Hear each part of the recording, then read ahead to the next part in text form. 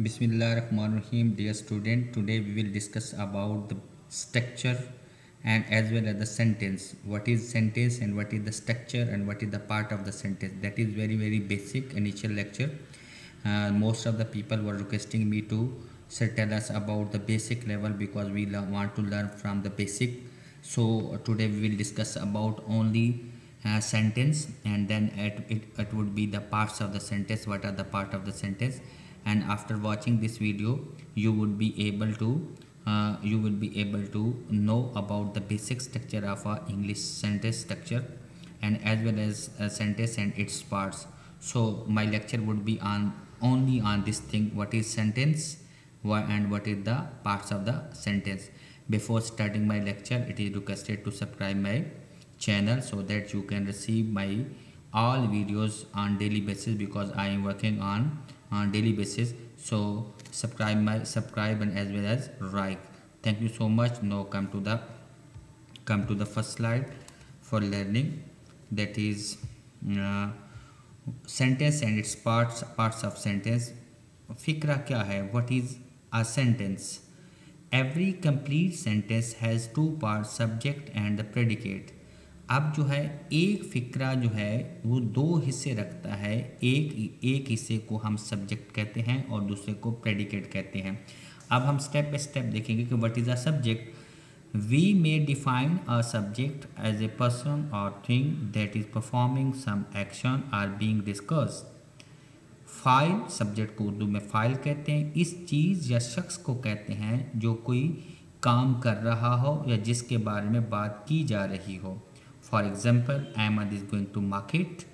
Over here in this sentence, Ahmad is a subject because he is performing an action. Mean to say that Ahmad जो है हमारा subject है, उर्दू में हम इसको फाइल कहेंगे क्योंकि वो एक्शन परफॉर्म कर रहा है और एक्शन परफॉर्म करने वाला जो आदमी है वो अहमद है, तो Ahmad would be the subject और उर्दू में क्या होगा? फाइल होगा। अब हम दूसरे पार्ट पे चलते हैं, दैट इज़ प्रेडिकेट।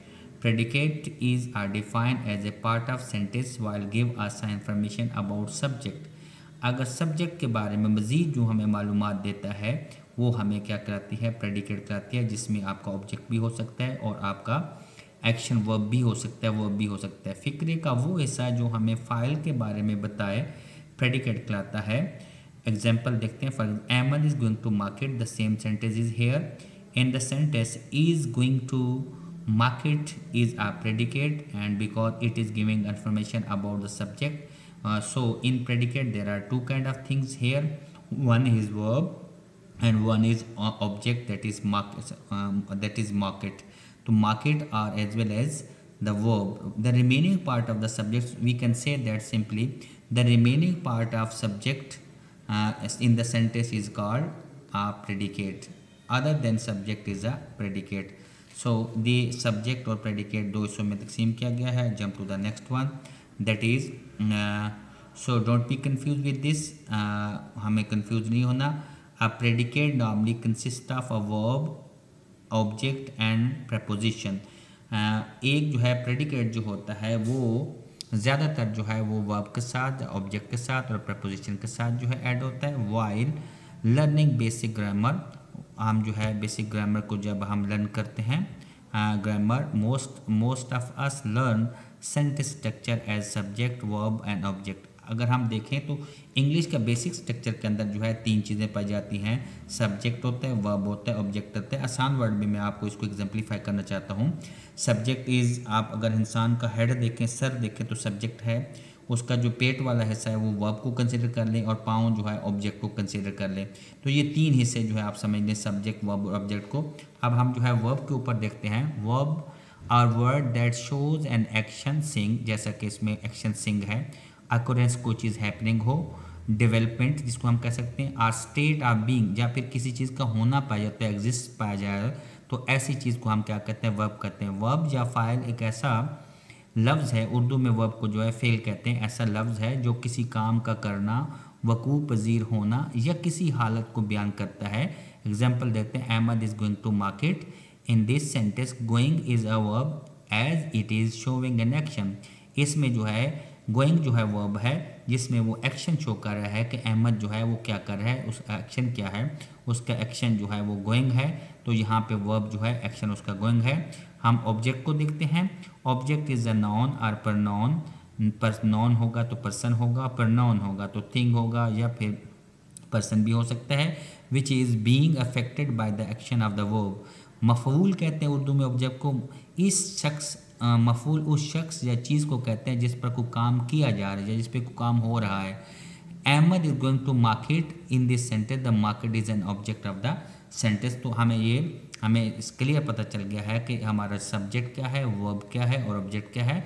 हमारे सेंटेंस के दो पार्ट्स होते हैं, जिसमें क्या है कि एक सब्जेक्ट है, दूसरा प्रेडिकेट है। और अगर हम सेंटेंस के स्ट्रक्चर के लिहाज से देखें तो हमारा सेंटेंस का स्ट्रक्चर जो है 3 हिस्सों पर होता है, सब्जेक्ट, वर्ब एंड ऑब्जेक्ट। इन सबको मैंने डिफाइन कर दिया है। No come to the next slide, that is sentence का structure whatever we have discuss earlier, that subject plus predicates.